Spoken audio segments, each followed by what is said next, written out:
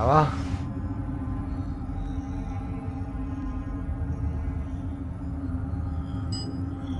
Diez, 9, 8, 7, va, esto empieza, va, chicos.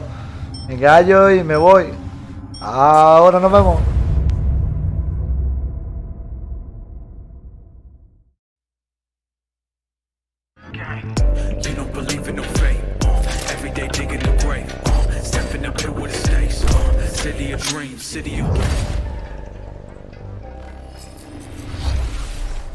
Hello and welcome to episode 2 of Night City Wire. This is the show from us at CD Projekt Red, where we talk about all things cyberpunk 2077.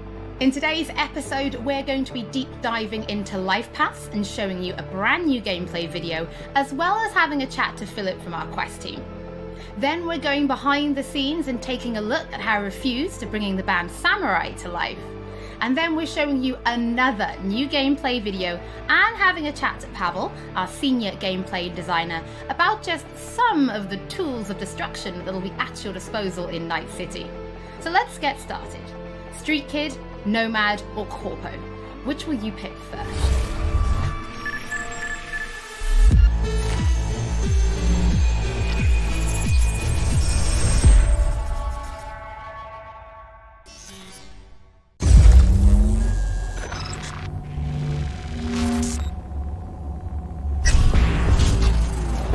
Well, who do we have here? Grew up in Haywood. Whole street was my family. Neighbors helped each other out. Thought nothing of it. I'm pleased to see you have not forgotten your roots. Born here, live here, die here. Childhood memories. Robbing buildings, running away from badges. Iron tasted blood from a split lip. Motherfucker! Got everybody fighting for a slice of the street. Get the fuck out of Vista. If you keep getting jumped, you find some stronger choopers. Do you want to spend the rest of your days blasting scabs? Or become a legend overnight? We have arrived. The Major. Ready to get your cherry bobbed? Yeah, come on!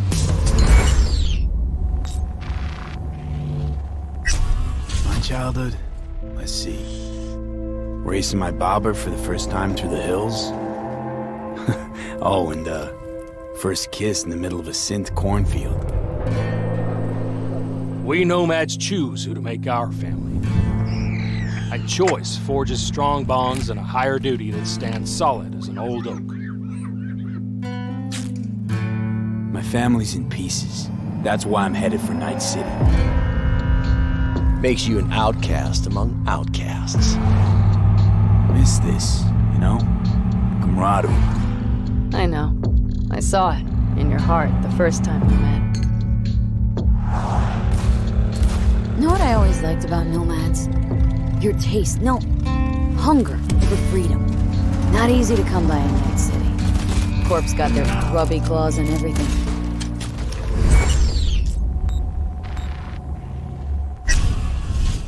I have those reports you asked for. They were supposed to be ready yesterday. The world's going to tear us apart when the word gets around. The world's never going to find out. If I go down, you're going down with me. No! I'm not fucking joking! This isn't a request, V. But no way you're fucked, right? You're the one who fixes other people's shit. If you're working Arasaka counter intel, you're always fucked. Today, they got you to zero somebody. Tomorrow, they'll get somebody else to zero you. What's the rules, Jack? Wanna be top? Gotta have some skin in the game. Yeah, but you're not on top. Saburo Arasaka is. And you're the pendejo who keeps him there. Work for yourself, live for yourself. That's the only way.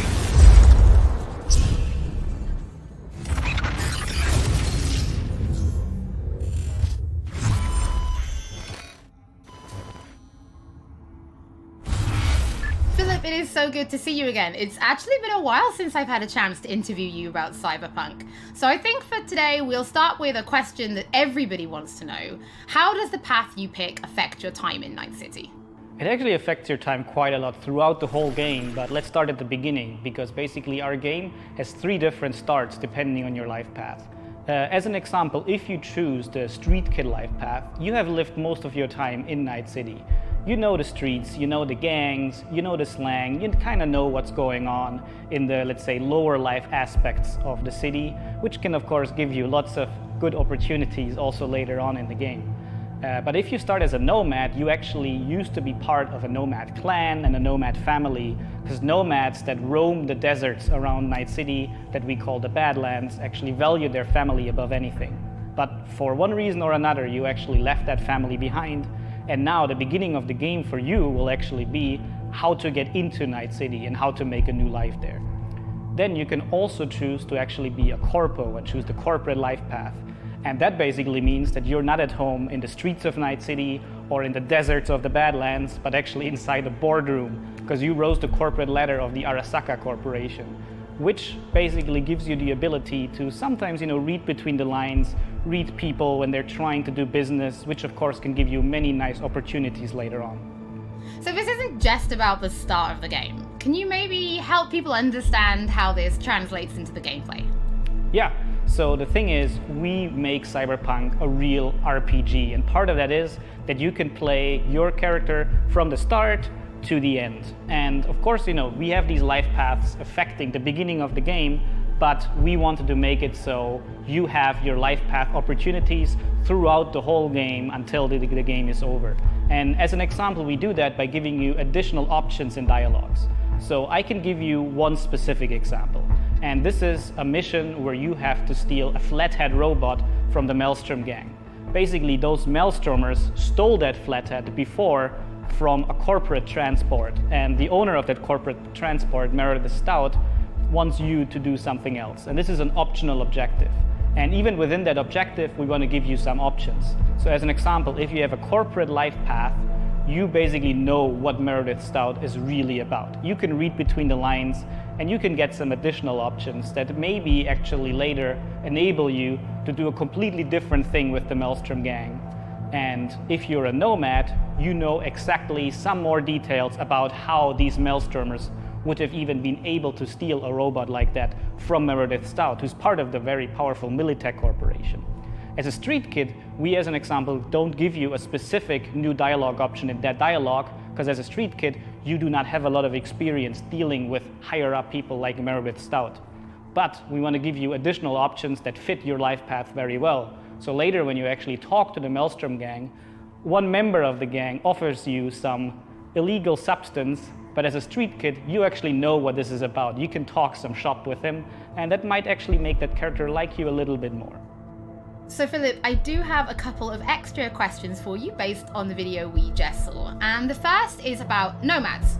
So the nomad life path, this starts in a place called the Badlands. Is this somewhere you get to visit even if you don't pick nomad to start with? Yes, absolutely. So the thing is, Night City is surrounded by this huge landscape that we call the Badlands.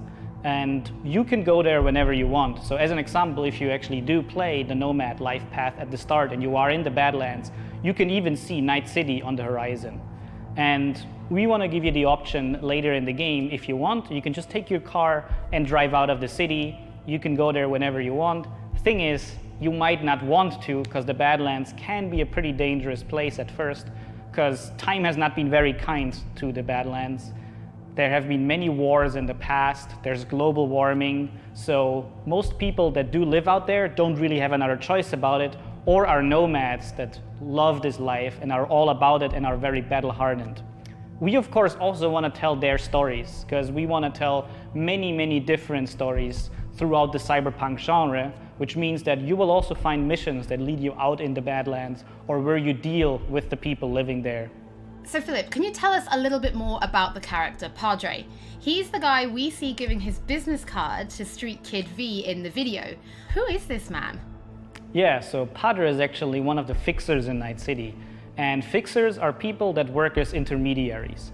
So if someone who has a lot of money needs a problem solved, they go to a fixer. And a fixer then finds people who can solve that problem. And these people are people like you, the cyberpunks. Fixers are very territorial. So Padre specifically works from Haywood, which is where you as a street kid grew up in, so you already know him. You might have already seen another one of our fixers who is called Dexter Deshawn, and he works in a different part of the city. So specifically Padre, you might know him as a street kid, but even if you played other life paths, you might sooner or later meet him because he's operating in Haywood, which is a pretty big place with many good jobs. So if you want to make some cash there, you will sooner or later deal with Padre. Philip, thank you so much for joining us. Now on my first playthrough, pretty sure I'm going to be picking Nomad, but for those watching, we would love to know what you'll be picking, so have a think about it and send us a tweet. Don't forget that later in this episode, we're going to be showing you another new gameplay video and having a chat to Pavel, our senior gameplay designer, about just some of the tools of destruction that will be at your disposal in Night City. But before that, let's talk about music, because music plays a huge part in bringing Night City to life. Now in future episodes, we're going to talk about things like radio stations and even the original score. But today, we're going to take a look behind the scenes at how Refuse to bringing Johnny Silverhand's band, Samurai, to life. I wouldn't write these lyrics for myself.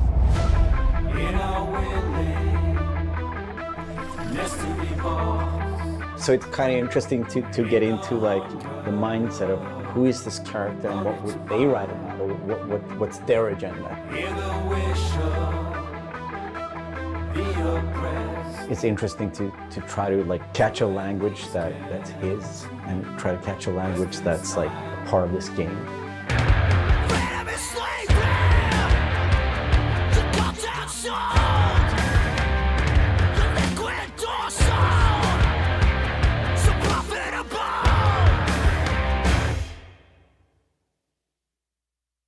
There is a reason why we're here.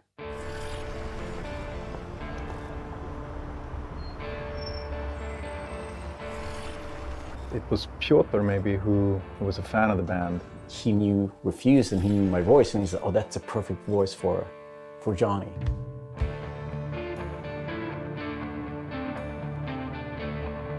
And that they wanted, I guess, a sound that was a bit contemporary from when Johnny's supposed to have had the band, because he's sort of like an anti-establishment kind of guy. Gonna drag a corporal rat on stage, make him kneel, douse him with gas, then light him up. So of course there are things that you can relate to, and like just like this outcast and this rebel that's fighting against like the corporals, and that's definitely something that's been a part of my life and a part of Refuse's life. We came out of the punk rock scene of northern Sweden. He's like the future version of us, you know?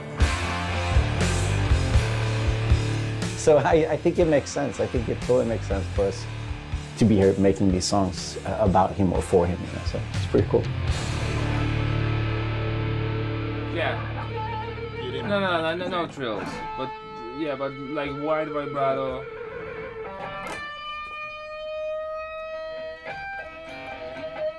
And then, I mean, just sort of build, yeah, slowly build sort of intensity.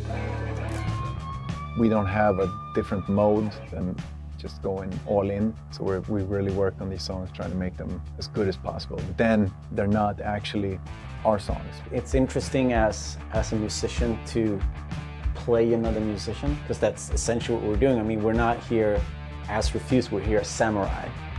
And I'm here with Johnny Silverhand, you know? So it's like the voice we're representing here is someone else. We'll never fade away! It's been a mind fuck.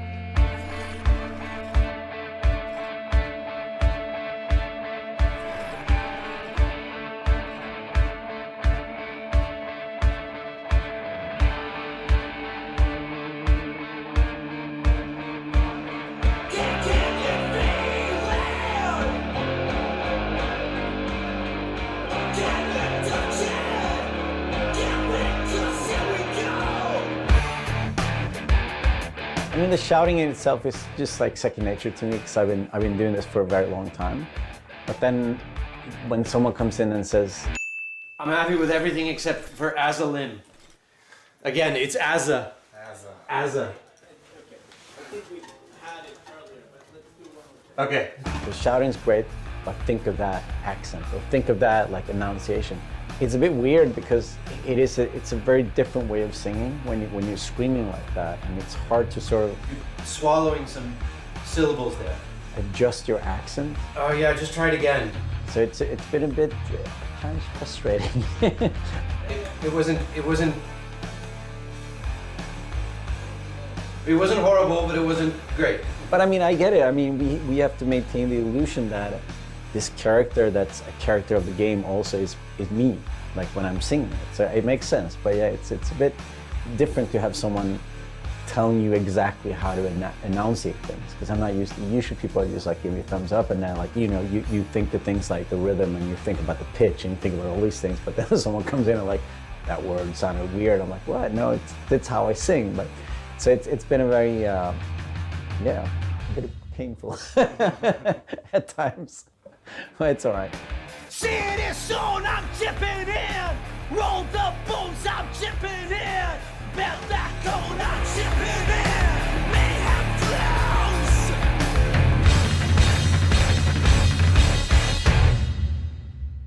It's a very interesting thing to be part of. As a person that's not a gamer, I don't think I fully understand the impact that this might have.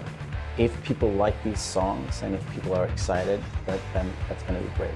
I mean, we are spending a lot of times trying to get this right, trying to get it to sound like, you know, like samurai would sound, you know. So it's quite interesting. It's a very different way of making music, actually.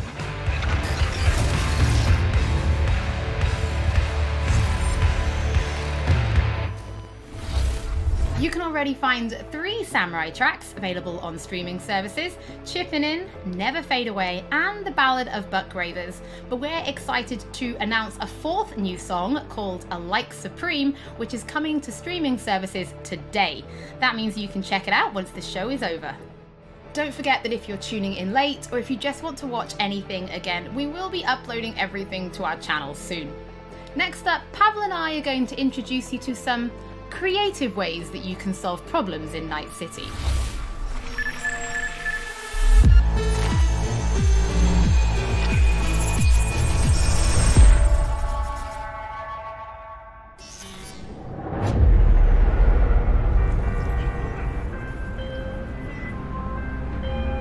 Hey V, I have a job for you.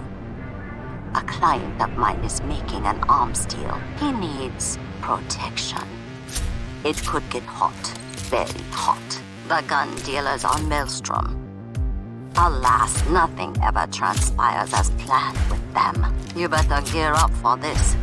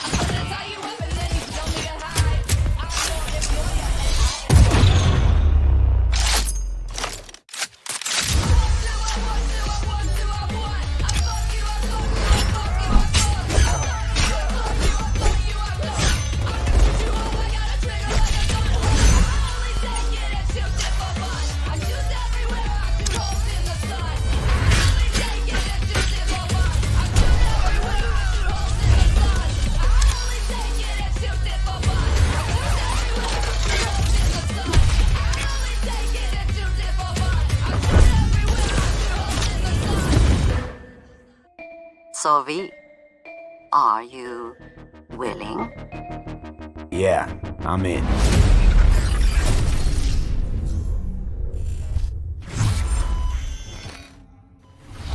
Pavel, thank you so much for joining me. Now, there was an awful lot in that video, right? Because it's more than just guns. Absolutely. We have melee weapons, we have ranged weapons, we have cyberware, we have offensive cyberware, defensive cyberware, armor. We could talk for hours and hours about this stuff. I think just for today's episode, we should keep it simple and let's just talk about guns. Can you tell us the different types of guns that will be in the game? So we have 3 distinct types of guns in our game. We have power weapons, we have tech weapons, and we have smart weapons. Now, power weapons are the most similar to contemporary weapons. One thing they can do, which normal weapons cannot, is ricochet bullets off of surfaces. So you can hit somebody hiding behind cover or hiding behind a wall. Now, tech weapons, on the other hand, use electromagnetic power to propel a fully metal projectile to extreme velocities. What that allows them to do is to punch through cover or punch through walls to hit somebody who's not even aware that you're there. Smart weapons use guided missile technology to actually track targets in real time.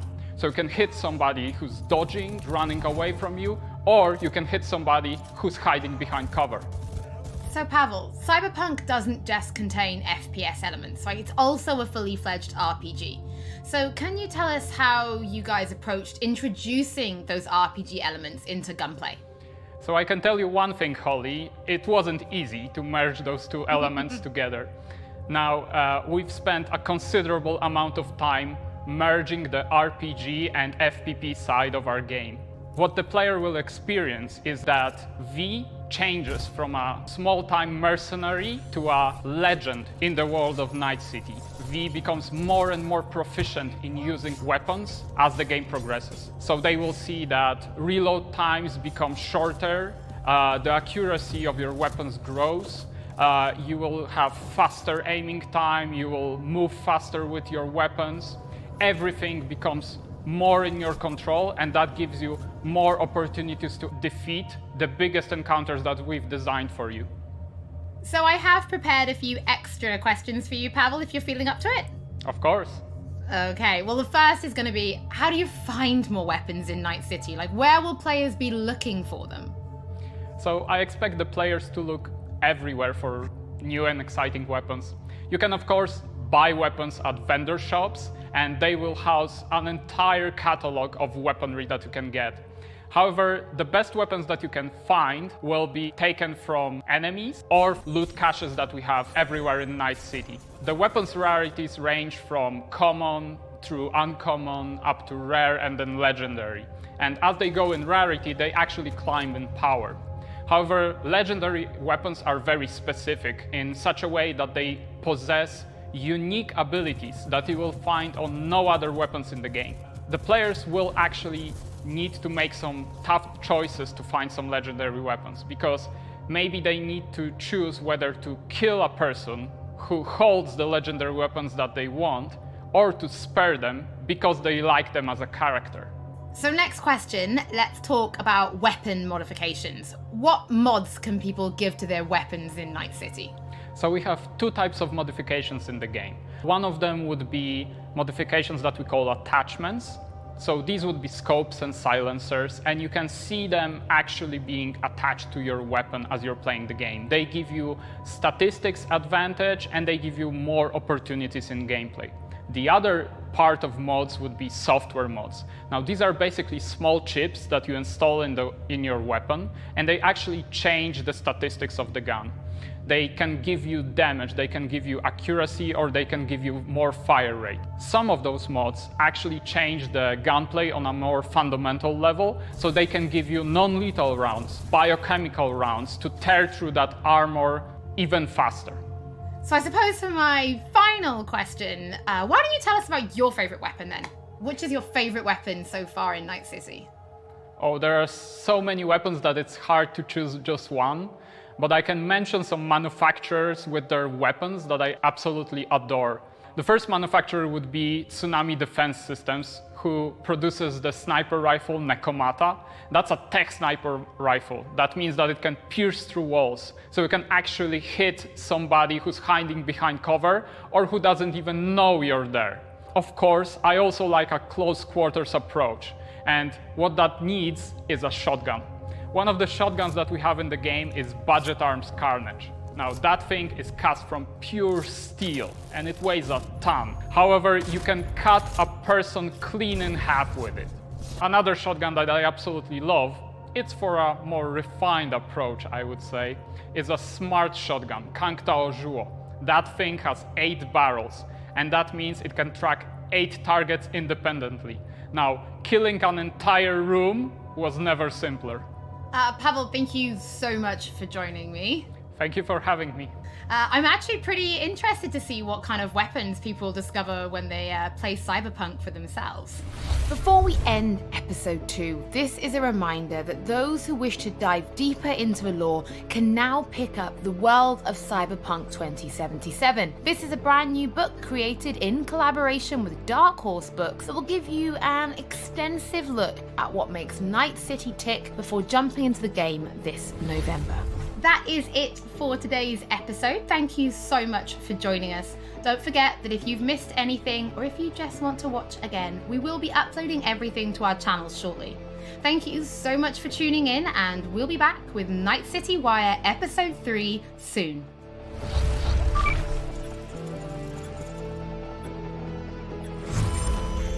Bueno, pues esto ha terminado y hemos visto un puñado de cosas. Si os habéis dado cuenta... Espera. Buscando la cámara y no la encuentro. Aquí. Si os dais cuenta, hemos visto muchos aspectos, desde el aspecto gráfico musical, desde el aspecto de las armas, de la forma en que puedes jugar de 3 historias diferentes, la corporación, los nómadas y lo otro que no me acuerdo ahora. Y nada, ha estado guapísimo lo poco que ha sacado, pero nos deja con más hype y con más ganas. Daros las gracias por verme y nada, nos vemos en la próxima emisión. Muchas gracias, Peña, y hasta la próxima.